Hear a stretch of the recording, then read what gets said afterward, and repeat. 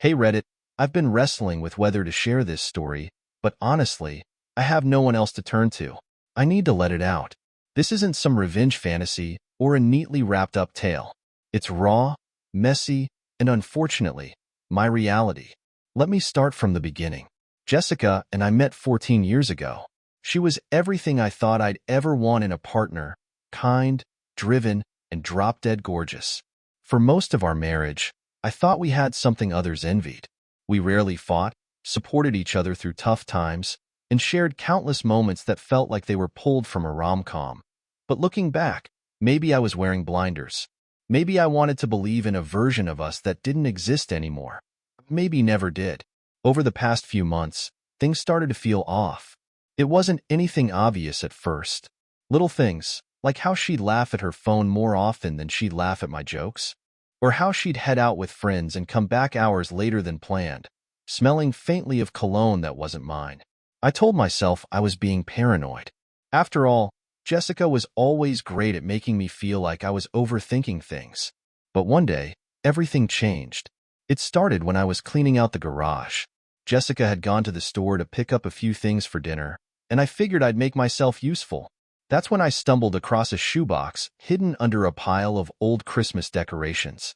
Inside were receipts, photos, and a small envelope addressed to her but written in a handwriting I didn't recognize. My stomach dropped. The photos were blurry, like they'd been taken quickly, but there was no mistaking who was in them: Jessica. And she wasn't alone. The man in the photos was tall, with dark hair and a smug expression I wanted to wipe off his face the moment I saw it. They were at some fancy restaurant I'd never heard of, and in one of the photos, they were holding hands across the table. In another, he had his arm around her waist as they walked to what I could only assume was a hotel. My hands shook as I opened the envelope. Inside was a letter, a love letter, from this stranger. He called her my Jessica, talked about their plans, and how he couldn't wait for their future together. He even mentioned how much he admired her bravery for taking the first steps. What steps? What future? I sat there in the garage, staring at the evidence of my wife's betrayal, and for the first time in my life, I felt completely powerless. My mind raced with questions. How long had this been going on? Was it something I did? Or was this just who she'd been all along, and I was too blind to see it?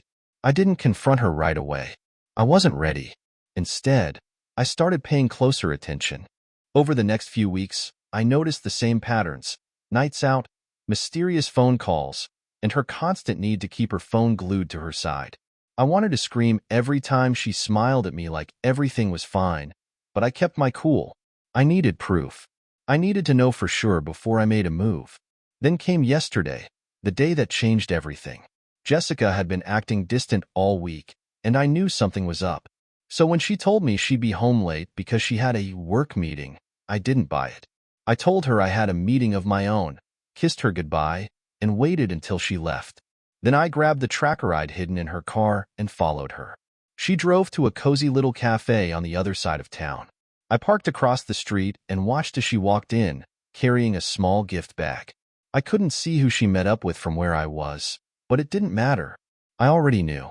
When she left an hour later, she was smiling like a teenager in love. It made me sick.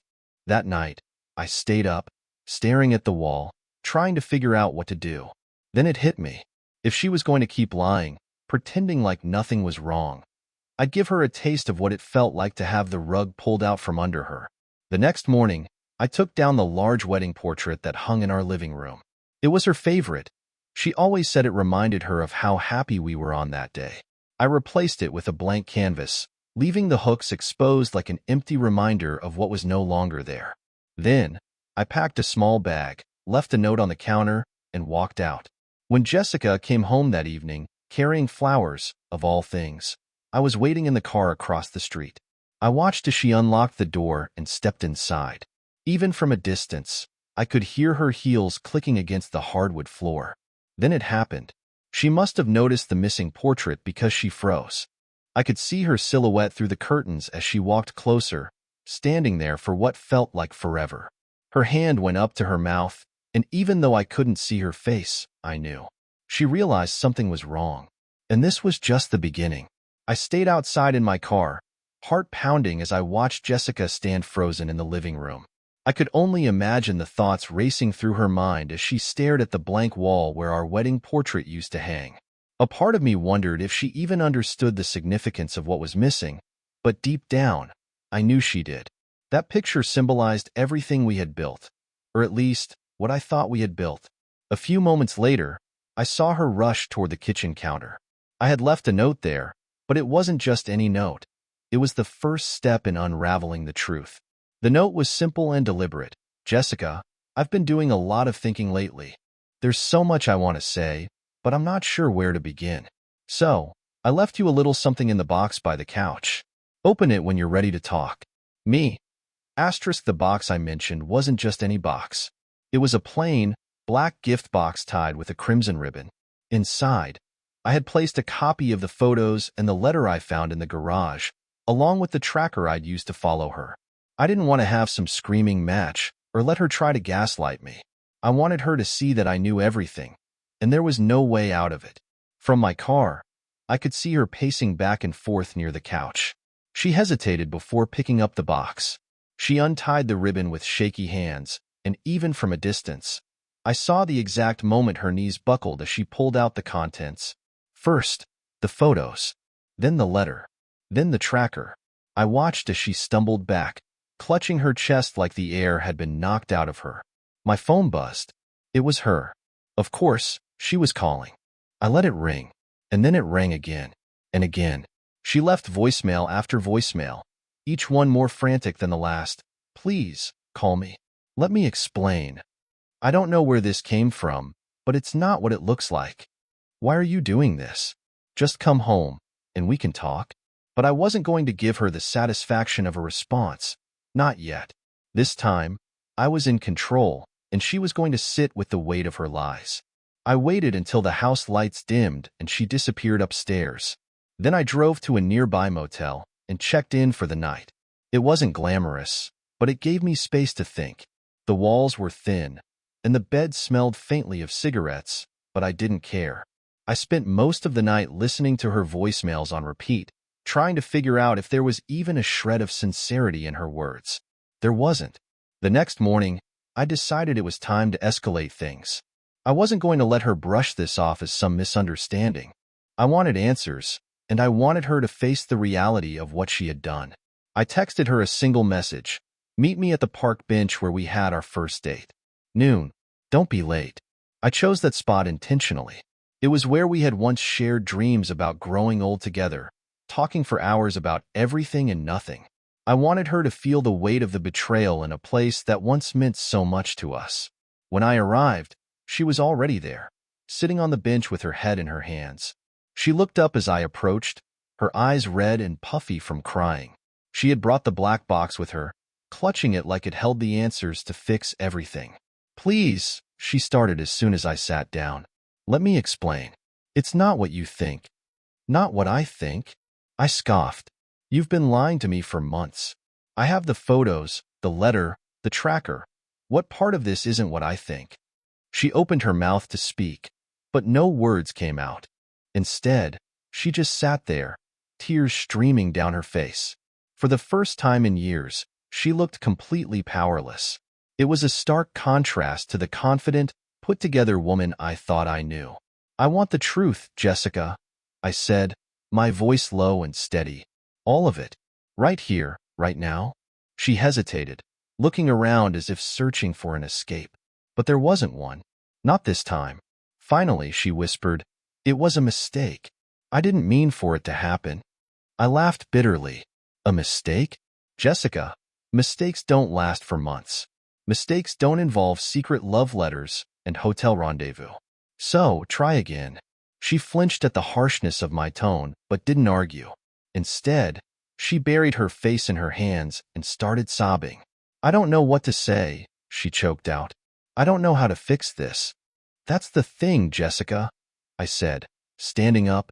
You can't fix this. You broke something that can't be repaired. I left her there on that bench, clutching the black box like it was the only thing tethering her to reality. I didn't look back. As I walked away, I felt a strange mix of emotions, anger, sadness, and a small, unexpected sense of relief. For the first time in months, the lies were out in the open. Now, it was time for me to decide what came next. When I walked away from Jessica at the park, I thought I'd feel some sense of closure. Instead, I spent the rest of the day pacing around my motel room, replaying our conversation in my head. Her tears, her excuses, her refusal to tell the full truth. It all left a sour taste in my mouth. She still wasn't owning up to anything. And the more I thought about it, the more I realized she wasn't sorry for what she did. She was sorry she got caught. That night, I decided it was time to dig deeper. If she wasn't going to give me the truth, I'd find it myself. I started with the letter. The guy, her lover, had signed his name at the bottom, Ryan. That was all I had to go on, but it was enough. Using the receipt from the shoebox, I traced the fancy restaurant they'd gone to, which conveniently listed the exact date of their dinner. A quick call to the place, posing as someone who had lost a credit card on that same night, gave me the name of the man who had paid the bill, Ryan Harper. Bingo. Next, I checked social media.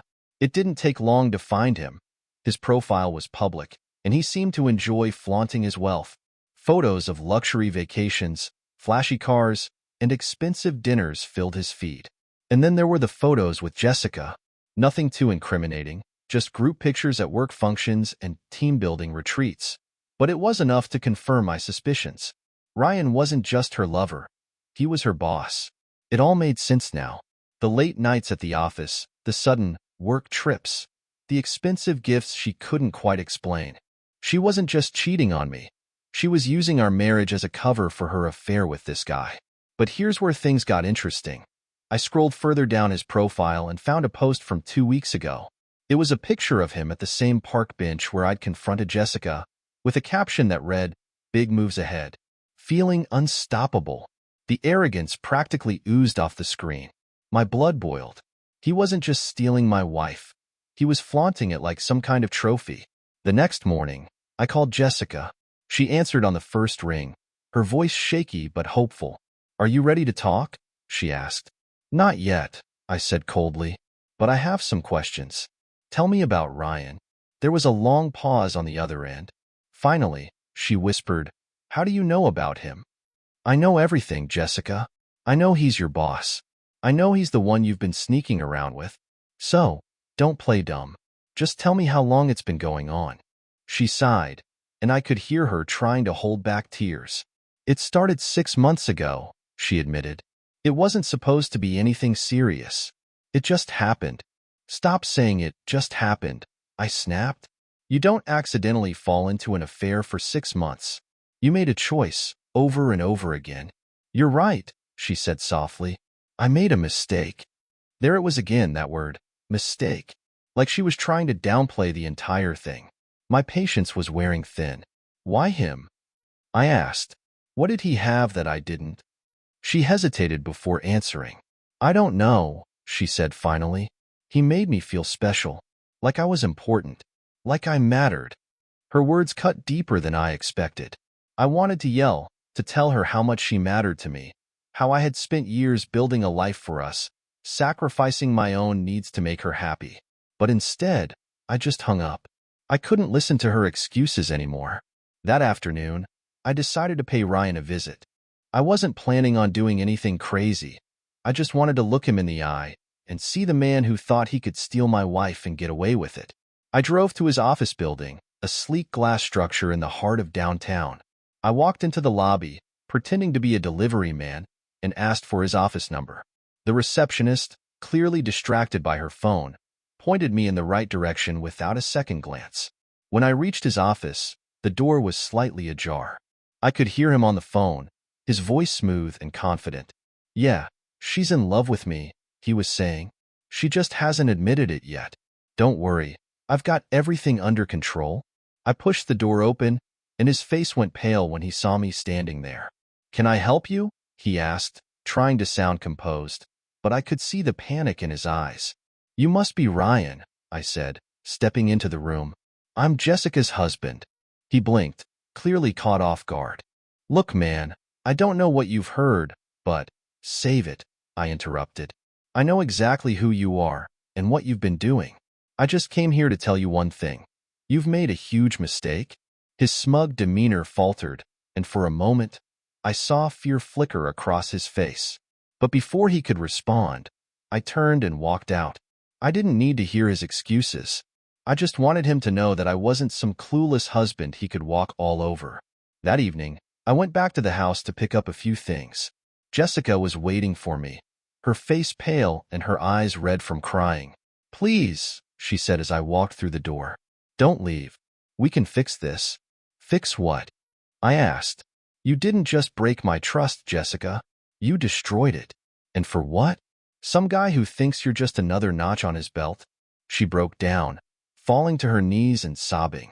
But I didn't feel sorry for her. Not anymore. I grabbed my things, turned to her one last time, and said, "You made your choice. Now you have to live with it."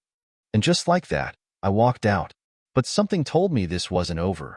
Not by a long shot. Walking out of the house that night felt like shedding a skin that had been suffocating me for months. But as I drove back to the motel, a cold reality settled in. This wasn't over. Not by a long shot. Jessica wasn't the kind of person to let things go quietly, and I could already feel the storm brewing. The next morning, my phone buzzed incessantly with calls and messages from her. I didn't bother answering. I knew her well enough to predict the cycle: apologies, excuses, guilt trips, and finally, anger. Sure enough, when I finally checked my messages, her tone had shifted. One text read, "If you're just going to run away, then maybe I'll stop trying." Another, "You can't just abandon me like this. You're being a coward." Coward. That word stung more than I wanted to admit. It wasn't true, at least. I didn't think it was, but it planted a seed of doubt in my mind. Was I handling this the right way? Should I have stayed and confronted her more directly? But every time I pictured her face, full of crocodile tears and hollow promises, I knew I'd made the right call. Still, I couldn't stop myself from wondering what she was doing. Was she scrambling to clean up the mess she'd made? Reaching out to Ryan to figure out her next move? Or maybe she was genuinely sitting in our empty house, finally realizing what she'd thrown away. But the truth turned out to be far more shocking than anything I could have imagined. Later that afternoon, I received a call from an unknown number. I hesitated for a moment before answering, half expecting it to be Jessica calling from someone else's phone. But the voice on the other end wasn't hers. "Hi, is this, Jessica's husband?" a nervous-sounding man asked. "Who's asking?" I replied, already feeling a knot tighten in my stomach. "This is, Ryan," he said, clearing his throat. "I think we need to talk." I clenched my fist so hard my knuckles turned white. Of all the people to call me, he was the last person I wanted to hear from. "You've got some nerve," I said through gritted teeth. "What the hell do you want?" "Look, I know I'm probably the last person you want to talk to right now," he said, his voice wavering. "But there's something you need to know. It's about Jessica." I almost hung up right then and there, but something about his tone stopped me. It wasn't smug or condescending like I'd expected. He sounded scared. "Spit it out," I said, my patience wearing thin. "She's not who you think she is," he said. "I thought I knew her too, but," he hesitated, and I could hear him pacing on the other end of the line. "Look, I can't explain this over the phone. Can we meet somewhere? Please." The last thing I wanted was to sit face to face with the man who had ruined my marriage, but curiosity got the better of me. "Fine," I said. "Where?" We agreed to meet at a diner on the edge of town. It was a quiet, out-of-the-way spot where I wouldn't have to worry about running into anyone I knew. When I walked in, Ryan was already sitting in a corner booth, nervously stirring a cup of coffee. He looked different in person, less confident, more fidgety. His tailored suit and expensive watch didn't match the panicked expression on his face. "What do you want?" I asked as I slid into the booth across from him. He didn't answer right away. Instead, he reached into his briefcase and pulled out a stack of papers, sliding them across the table to me. "This," he said. "You need to see this." I glanced at the top page. It was a financial statement detailing multiple bank transfers over the past 6 months. All of them were from my personal account to Jessica's. My chest tightened as I flipped through the pages, each one confirming the same pattern. She had been siphoning money from me, our savings, my retirement fund, Even the emergency account I'd set up years ago. What the hell is this? I demanded, my voice rising. I didn't know she was doing this, Ryan said quickly, holding up his hands. She told me you were okay with it, that you guys had some kind of arrangement. I didn't think twice about it until last week when I overheard her talking to someone else. Someone else? I echoed, my stomach sinking. He nodded. Another guy. She called him baby and said you were out of the picture now. She told him everything was set for their trip to Cancun. Cancun. The word hit me like a freight train. Jessica had been planning to run off with someone else, using my money to fund their little getaway. And Ryan? He was just a stepping stone, a pawn in whatever twisted game she was playing. I sat back in the booth, the weight of it all crashing down on me. For months, I'd been blaming Ryan, thinking he was the one who had stolen Jessica from me. But now, I realized the truth. Jessica wasn't the victim, and she wasn't even just the cheater. She was the mastermind. I'm sorry, Ryan said, breaking the silence. I didn't mean for any of this to happen. I thought, save it. I snapped, cutting him off. You're not innocent in this. You knew she was married, and you still went after her. So don't sit here and act like you're the victim. He looked down at his coffee, ashamed. You're right, he said quietly. But I'm telling you this because you deserve to know. She's dangerous, man. She's not who you think she is. I didn't respond. I couldn't. My mind was racing, trying to piece everything together. Jessica hadn't just betrayed me. She'd used me, manipulated me, and robbed me blind. And now, she was planning to disappear with some new guy, leaving me with nothing. As I left the diner, Ryan called after me. Be careful, he said. She's not done with you yet. His words echoed in my mind as I drove back to the motel. For the first time since this all started, I felt truly afraid, not just of what Jessica had done, but of what she might do next. I sat in my car in the motel parking lot, staring at the financial documents Ryan had given me. My hands were trembling, and my mind was a swirling mess of anger, disbelief, and humiliation. Jessica hadn't just betrayed me emotionally. She'd systematically dismantled everything I'd worked for.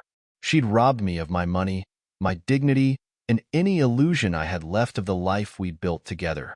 But there was one thing she hadn't taken from me yet: control. If she thought she could walk away from this unscathed, she was sorely mistaken. That night, I decided to call my bank. The customer service agent was polite at first, but as I started explaining the unauthorized transfers from my account, her tone shifted to one of quiet concern. Sir, these transfers were made from your joint account, she said. Your wife has equal access to those funds. I didn't authorize those transfers, I said firmly. There's no way she can legally take money from my retirement account without my permission. There was a pause on the other end. Actually, sir, there was a document filed about 6 months ago granting her power of attorney over your accounts. It's on record here. My heart dropped. What document? I never signed anything like that. Would you like me to email you a copy for review? She asked. Yes, immediately, I said, my voice tight with rage. Within minutes, the document landed in my inbox. As I opened it, my stomach turned. The signature at the bottom, my signature, wasn't mine. It was a crude forgery, but apparently convincing enough to fool the bank. Jessica had forged my name, giving herself the legal authority to drain our accounts. I called a lawyer the next morning. I explained everything: her infidelity, the forged documents, the stolen money. This is fraud, I said. I want to take her to court. I want her to pay for this. The lawyer, a calm and collected man named Paul, nodded as he took notes. You have a strong case, he said. But if what you're telling me is true, this isn't just a civil matter. This could be criminal. Criminal. The word hung in the air like a dark cloud. I hadn't even considered the possibility of pressing charges against Jessica, but now, it seemed like the only option. If she thought she could take everything from me and walk away without consequences, she was about to learn just how wrong she was. I spent the next 2 days gathering every piece of evidence I could find. The photos, the letter, the financial records, and the forged document all painted a clear picture of Jessica's betrayal. Meanwhile, I ignored her texts and calls. I needed her to stew in her own guilt, or, more likely, her own panic. On the third day, she showed up at the motel. I heard the knock on my door just as I was finishing a call with Paul. When I looked through the peephole, there she was, Jessica, looking disheveled and desperate. I debated whether to open the door, but curiosity got the better of me. "Why are you here?" I asked, keeping my voice cold and detached. She looked at me with wide, tear-filled eyes. "Please, can we talk? I can't do this anymore." "Do what?" I asked, folding my arms. "Lie? Steal? Cheat? Which part are you tired of, Jessica?" Her lip trembled, and she looked down at her feet. "I know I screwed up," she said, "but I didn't mean for it to get this far. I don't know what happened." "You don't know what happened?" I said, my voice rising. "You forged my signature, emptied my accounts, and planned to run off with God knows who to Cancun. Don't stand there and act like you don't know what you've done." Her eyes snapped up to meet mine, and for the first time, I saw something shift in her expression. The tears dried up, replaced by a flicker of defiance. "You were never there for me," she said, her voice sharp. "All you ever cared about was work." I felt invisible, like I didn't even matter. "Don't you dare try to blame this on me," I said, stepping closer. "I worked my ass off to give us a good life. Everything we had, everything you threw away, I built it. You had a choice, Jessica. You chose this." Her face crumpled again, and she fell to her knees, sobbing. "I don't want to lose you," she cried. "Please, we can fix this. We can start over." I shook my head, the anger boiling in my chest. "There's no starting over, Jessica. Not after what you've done." I pulled a manila envelope from the desk and handed it to her. "This is what's going to happen," I said. "Inside, you'll find divorce papers. Sign them. If you refuse, I'll take everything to court. And trust me, once the judge sees what you've done, you'll walk away with nothing." She stared at the envelope like it was a venomous snake. "You can't be serious," she said, her voice barely above a whisper. "I'm dead serious," I said. "You made your bed, Jessica. Now you get to lie in it." That night, I received a call from Paul. "I have some news," he said. "I spoke to the district attorney's office, and they're very interested in pursuing charges for the forgery and financial fraud. They'll need you to provide a formal statement, but if you're willing to move forward, they can file the charges as early as next week." I hung up the phone and stared out the window, my mind racing. Jessica had betrayed me in ways I never thought possible, but now I had the power to fight back. She thought she could control the narrative, but she was about to find out that actions have consequences. For the first time in months, I felt a flicker of hope, not for us, but for myself. I wasn't the broken, powerless man she thought I was. And as far as I was concerned, this was just the beginning. The following week was a whirlwind of preparation, confrontation, and mounting tension. Jessica's betrayal had left me with little but my pride, and even that felt like it was hanging by a thread. Yet, with every passing day, I could feel something stirring inside me, a growing determination to reclaim my life and ensure she faced the consequences of what she'd done. Jessica, to her credit, or lack thereof, signed the divorce papers within 2 days of our last encounter. I suspect she believed that by cooperating, she could soften my resolve. But if that was her plan, it backfired spectacularly. The day after she signed the papers, I received an email from my lawyer, Paul. Attached was the formal filing for the divorce, along with the fraud charges we had discussed. Paul had coordinated with the district attorney's office, and as of that morning, Jessica was officially under investigation for forgery and financial misconduct. When I got the email, I couldn't help but smile. It wasn't a happy smile, not the kind that comes from joy, but the grim satisfaction of seeing justice begin to take shape. I forwarded the email to Jessica with a short message. "You wanted to talk? Let's see what the DA has to say." It didn't take long for her to respond. She called me within minutes, her voice trembling with panic. "What did you do?" she demanded. "You're trying to ruin me." "No, Jessica," I said calmly. "You ruined yourself. I'm just making sure you don't get away with it." Later that day, I got a call from an unexpected source, Jessica's mother, Susan. We'd always gotten along well enough, but she had a habit of staying out of our personal matters. So when her number flashed on my screen, I knew something was up. "Hi, Mark," she said, her voice tight. "I'm not sure what's going on between you and Jessica, but she just showed up at my house in tears. She's saying you're trying to have her arrested. Is that true?" I sighed, rubbing my temples. "Susan, do you have any idea what your daughter has been doing? She forged my signature, stole thousands of dollars from me, and planned to run off with another man. I'm not trying to have her arrested.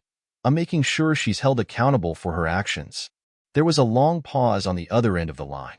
I didn't know," Susan admitted. "She didn't tell me any of that. She just said you were being unreasonable, that you were overreacting." "Overreacting?" I snapped. "She destroyed our marriage and left me with nothing. How would you react if someone did that to you?"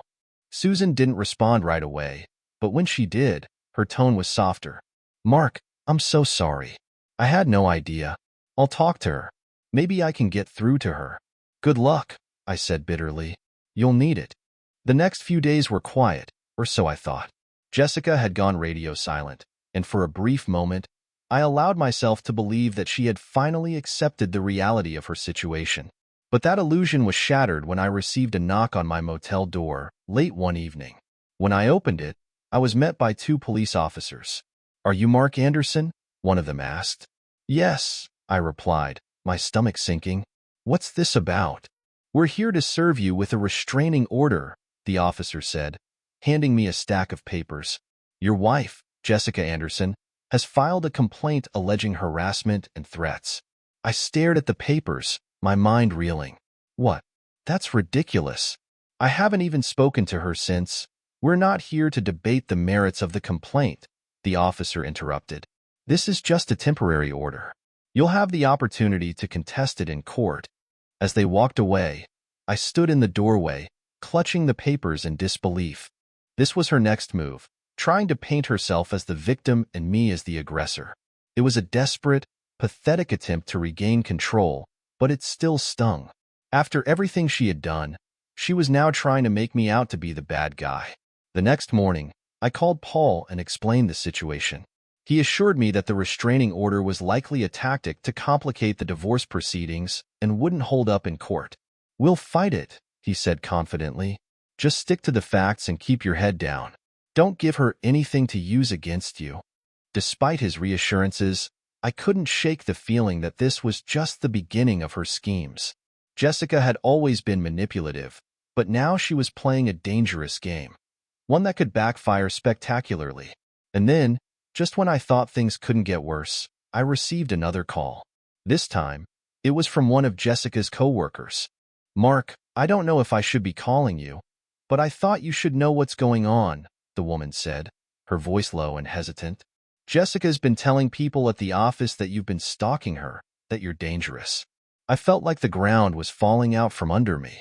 "Why would she do that?" I asked, though I already knew the answer. "I think she's trying to get ahead of the investigation," the woman said.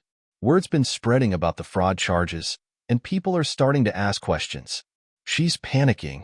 For a moment, I didn't know what to say. It was one thing to betray me in private, but now she was actively trying to destroy my reputation. This wasn't just about us anymore. It was about who I was as a person. "Thank you for letting me know," I said finally. "I appreciate it." That night, as I sat in my motel room, I realized something important. Jessica wasn't just trying to save herself. She was trying to bury me in the process. But she had underestimated one crucial thing. She had left a paper trail, and I had the truth on my side. This wasn't over. Not by a long shot. After the restraining order and the revelation that Jessica was smearing my name at her workplace, I realized I needed to act quickly and decisively. The gloves were off now. She wasn't just trying to protect herself.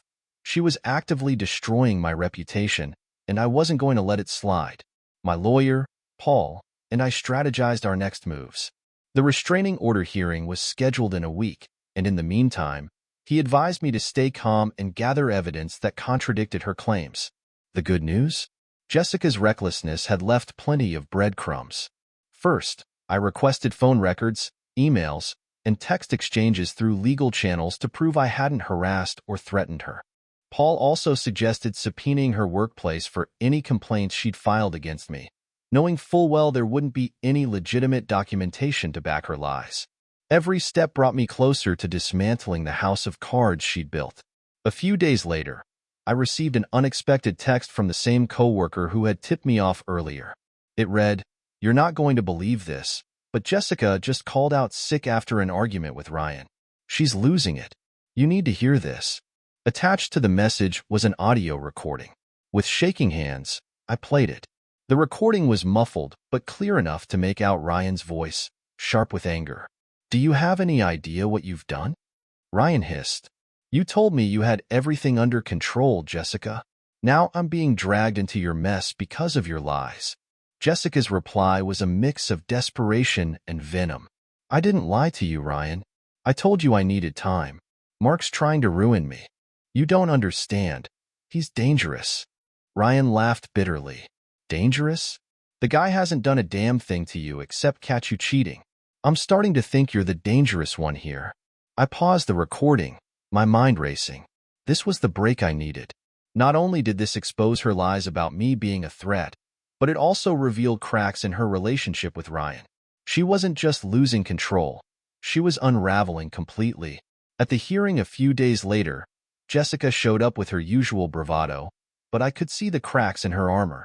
Her once flawless confidence was faltering under the weight of her own deceit.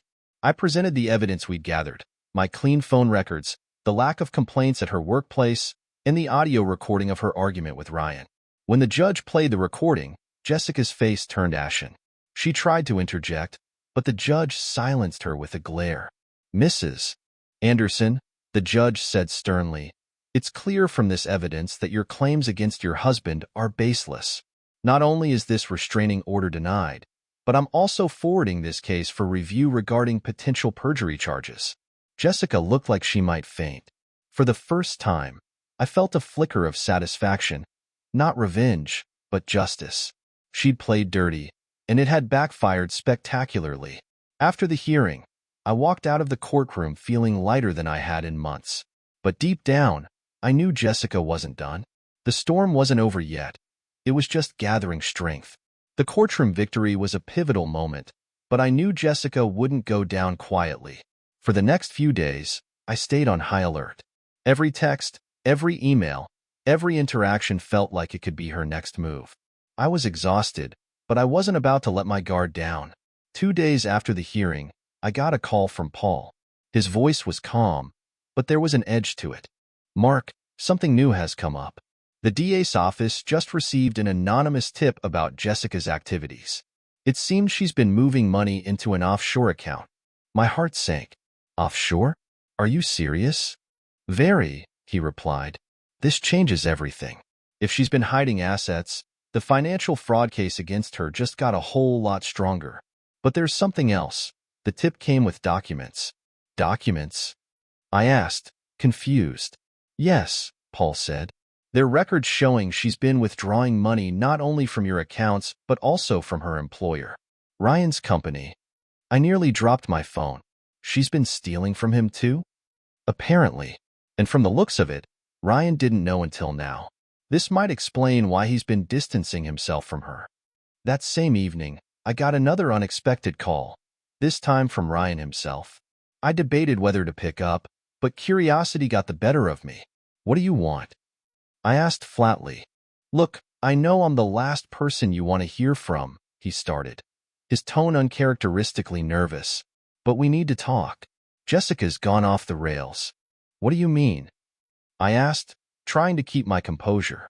"She's been stealing from my company," Ryan admitted.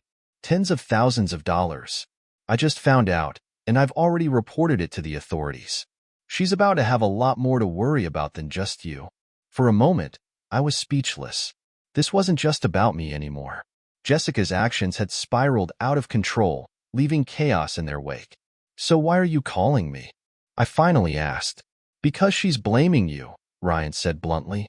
"She told me you set her up, that all of this is some elaborate scheme to ruin her life. I don't believe her anymore, but you should know she's desperate. Desperate people do stupid things." The next day, everything came to a head. I was sitting in my motel room, going over the latest developments with Paul, when I heard a loud knock at the door. My stomach tightened. When I opened it, 2 police officers were standing there. "Mr. Anderson, we need you to come with us," one of them said. "We have questions regarding a recent burglary." "A burglary?" I repeated, stunned. "What are you talking about?" The officer explained that Jessica had filed a police report claiming I'd broken into our house and stolen personal belongings, including jewelry and electronics. My initial reaction was shock, but it quickly gave way to anger. This was her last-ditch effort to turn the tables, and it was pathetic. Luckily, I had been meticulous about keeping receipts and timestamps during my time away. My lawyer immediately provided proof of my alibi, including surveillance footage from the motel where I'd been staying. The police realized her story didn't add up, and within hours, they shifted their focus back to Jessica. The final blow came a week later. Jessica was arrested on charges of forgery, financial fraud, and embezzlement. The evidence against her was overwhelming, and even her usual charm couldn't save her. As she was led away in handcuffs, I felt a strange mix of emotions: relief, sadness, and a deep sense of finality. She had destroyed everything we'd built together, but she had also destroyed herself in the process. There was no joy in seeing her like this, but there was closure. For the first time in months, I felt like I could breathe again. Now, as I sit here writing this, I'm not sure what the future holds. The past few months have been the hardest of my life, but they've also taught me a lot about resilience, about standing up for myself, and about the importance of truth. Jessica's betrayal was a wake-up call, and though it nearly broke me, it also set me free. To anyone reading this, know that you're stronger than you think. Life has a way of throwing us into the fire, but sometimes it's in that fire that we find our strength. Thank you for listening.